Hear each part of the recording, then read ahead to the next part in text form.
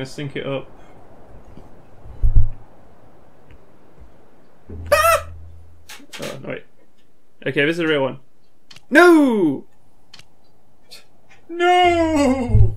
It's not the real one. If this were real, then you would peel the potatoes and eat them. Are we starting from the beginning of the cutscene or at the end of the cutscene? I suppose the end. Alright, shall I just skip it then? Yeah.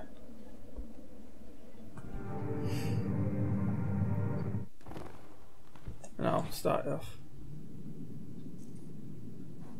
Wham bam boolam blam bam boom. I'm Wanda, bitch, and I'm on a quest. Quest to get my booty back. Speaking of booty, get your fat ass back here, aggro. Don't call me fat. I have a pudding deficiency. Whoa, look at what you can do, Wanda. Oh wow, it just melds into the floor. Pretty much. So, quite a bit's happened since we last played Shadow of the Colossus, hasn't it? Yes, let's start with you. What have you done? What have I done? I made a new animation. I was stuck for ages trying to decide what to do, but then this YouTube channel called The 5 Who Fans, who I quite like. Which one are we on now? Is it the snake or the turtle? It's 7. Turtle. It's 7, so turtle, yeah. They started a competition where you have to spoof the Doctor Who spin-off Class before it comes out, and I did this like weird anime mashup. I was originally just going to do this one where I was droning on for ages, but that sucked. I mean, it could have been good if I did a few rewrites, but the muse hit me in other ways, and the funny thing is, after I made it, I basically translated all of the script into Japanese using Google Translate so that I could, you know, make it seem more anime-like and do some silly things with the subtitles. And a lot of people were actually really convinced that I could speak Japanese. Yeah. I think I've watched quite a bit of anime, so I knew how to sort of pace it and rhythm the way I speak. I don't know how it would sound to someone who actually can speak Japanese, but yeah, I'm quite proud of the video. They probably say something like, "Nani?" or "Nan desu ka?" Well, they'd probably think I was stupid or had something wrong with me. But yeah, I'm quite proud of the video. It's reasonably funny. I was worried it wasn't funny for quite a while, but it really started to come together towards the end, and I'm quite happy with it. So yes. That's me. What about you, Daniel? What about me? Well, I've already said this in, I think, in the last recording. I think. Did I? I don't think you've... I think I got the phone call on the last recording. Anyway, I've got a job. I've got a job at Haven, which is a fine establishment in Britain. I don't think it's in America or anywhere else. You just took down that fucking lizard. Yeah, I didn't mean to. Stepped to. on it, and it was like, there we go. Oh God, tell my wife, I hate her. Where's your wife? This is a very, very desolate environment, and I don't speak lizard. How did I hear you? What's going on? Who am I? Well, the thing about these lizards in this place is, whoa, that was a hell of a lightsaber beam you just created there. Yep.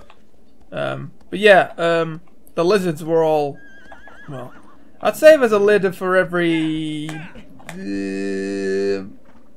50 kilometre square. Not kilometre. Every kilometre. Let's just say a kilometre. Are you talking about white lizards or regular ones? Because I think there's a lot more regular ones. Fine. Oh, look, those two are about to do it. Hey, your husband died, and he says he hates you. Who the hell? That's his teenage son. Oh, I'm alright though. I didn't really like him because I'm in that stage of my life. I'm sure in 10 years' time we'll be like, oh my God, my father died and I didn't even give a damn. I will take this time to seek revenge, or figure out how to even formulate a sentence. That can work. That will happen eventually, but for now he's going to enjoy the angst and use it to get hot chicks. Yeah. Tell you what, seeing as we just glazed over the topic of my new job, yeah. I'll just go back to it slightly. Yeah, that's saying fine. I had a dream last night. And I had a bunch of dreams last night. I think it was because I was wearing a top. I usually just go butt naked. But I wore a top, and that was it. Just a top. There wasn't any bottoms or underwear or anything like that. And I had like a ton of dreams. The only one I can remember was the last one, as per usual, because that's, you know, it makes sense that you record the latest I can one. usually only remember the ones that I've had early in the morning where I've woken up and then gone back to sleep. But yeah, go on. Anyway, so how did it go? I've written it down, but I think I can still remember it. So basically, I was with these other people, and I was a student, and I was we went to this place. I think it was France. Mm-hmm. And we knocked on this door, and this French woman answered the door. The French woman was actually my new boss. So it was her, but she was speaking French, so I didn't know what she was saying. And our tutor, who had supported us in this, I think it was like an exchange student program or something like that. So I went to live. Me and a couple other English people lived with French people. So and we went, and our tutor was David Tennant. So he was there, like in that Catherine Tate sketch. Maybe, but yeah, he was just there. He was minding his own business, just getting everything in order and everything. It didn't seem so bad.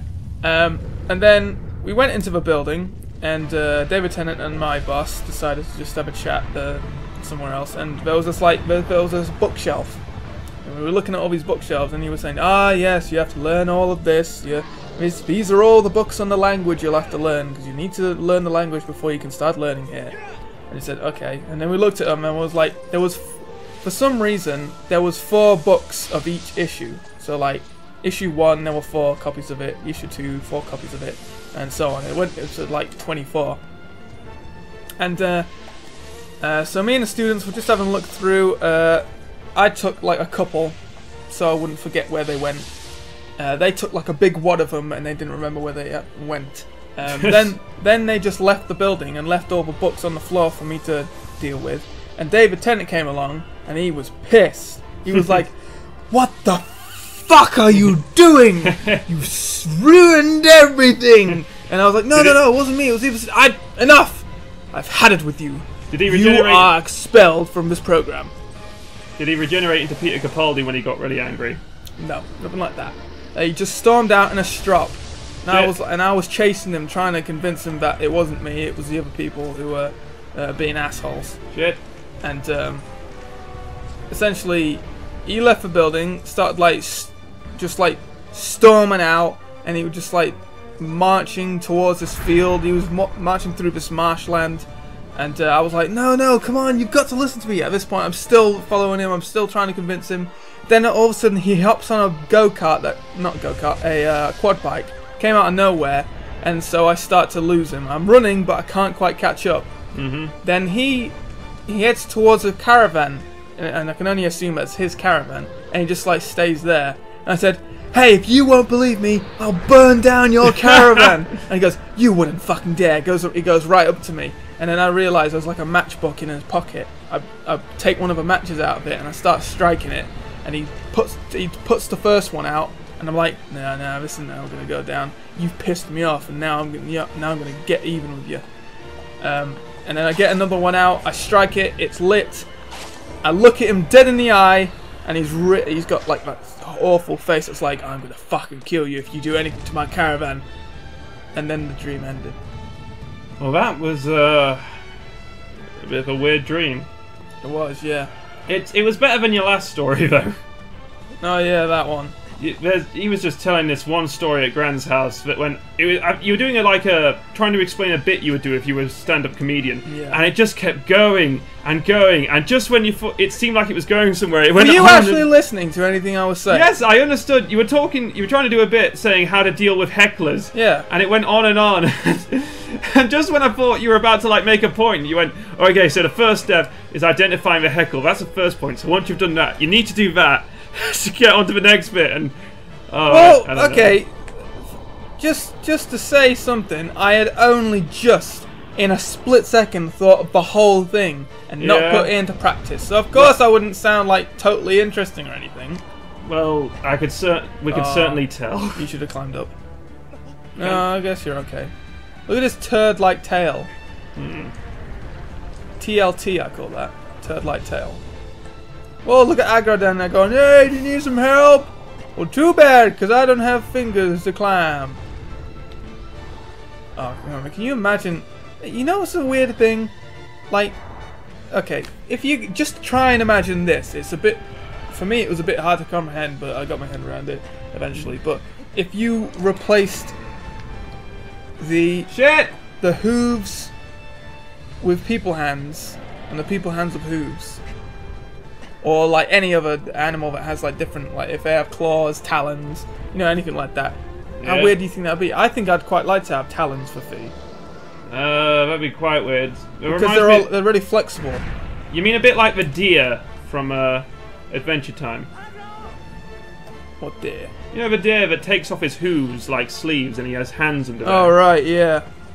Yeah, a bit like that, yeah. I'm just thinking, would we be better off if we had like something other than like opposable thumbs? I know that's kind of like our thing. I think the opposable thumb is important. Well, yeah, it's important, but the way I see it, it's only really important for guns, you know, stuff like that. Well, but, using tools as well. Well, yeah, tools, but you know, we still have human brains. Which I think would be smart enough to make tools that would, you know, incorporate our new hands. So you're saying that we lose our thumbs after we've already sort of learned how to use them? No. I'm just saying, well, I think hypothetically, if we never had thumbs and we had something else instead. I don't think you can remove human evolution from the development of the opposable thumb. I think they're too linked. Well, just use your imagination. Well, I can use my imagination, but I can't imagine a scenario. I mean, do you want me to remove the logic from the situation? Yes. Just like, can you even picture having talons for feet? I'm not talking yeah, about absolutely. Hands. I mean, let's forget about hands. I mean, having talons for hands is a bit stupid, but having talons for feet, that's a bit more interesting. Because our feet aren't really that, you know, there's not much to them. You know, they're long to support our weight, and they're just wide enough to keep us balanced. But if we had, like, I don't know, big elephant feet, I mean, that would be alright. Wouldn't it? Trotters, I think, would be a bit weak. I don't know, because we also need... Our feet are well designed... I mean, they're not perfectly designed for running, but, you know, like, say, they're not as good as a dog's. But I think we do need our feet for running. Well, the thing is, here's the thing about humans. I think this is how it goes. We lean forward to walk. Like, we lean forward our torso, and then basically we catch ourselves with the front of our feet. Whereas, like, if you had, like, a chicken... They just move their entire leg forward, and then their other leg forward, and then their other leg forward, and it's like it works like that.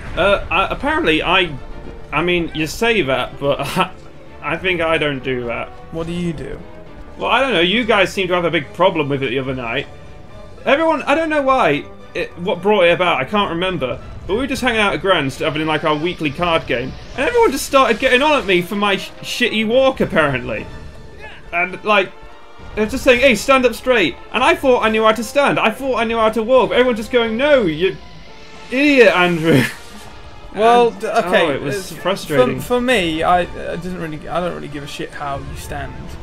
I mean, so long as it's somewhat presentable. Everybody's got their own idea of what presentable is.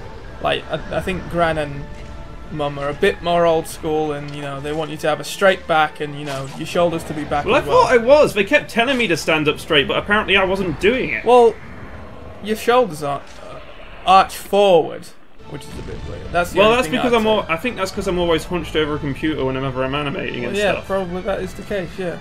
Like I used to be like that. I used to hunch over just because I don't know. It might have been my dent. It just like made more sense. Well, the thing is, whenever I'm sat down and I feel like I have been hunched forward too much, I usually like stretch back and lean back a little just to sort of even it out. I don't know if that's logical whatsoever, but I do try. Like this. Like what Wanda's doing. Like this. Hey! This.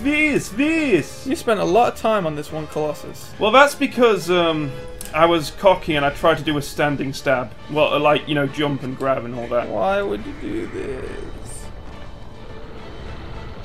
Grab! You must grab! Yep. You must run. I'm going to play it safe this time. Yes. Any other way would be the wrong way. See? You dig, dog? I like how the architecture of this game is incorporated into the creatures. It's like they almost are part of like buildings and shit. Yeah. Some of them part of buildings, some of them part of landscape. You know, it's unclear, but it's nice to think about it. So what did you actually do? Did you jump and then he just moved? I landed on his jaw and then I had nothing to land on, to stand on. Yeah. I applied for an internship at Aardman tonight. Was it actually Aardman? Yeah. Oh, cool. Hope you get it. Yeah. I mean, there wasn't like a highly complex process. It's just send them an email with your CV and a cover letter. And I wanted to be quite to the point, so I basically said, hey, here's my basic details, although you can find... I didn't say you can find them on my CV and stuff, but I said, I got a degree, like you said you wanted in the thing. Oh, yeah. Here's my portfolio site, here's my YouTube account, and then I had another one saying...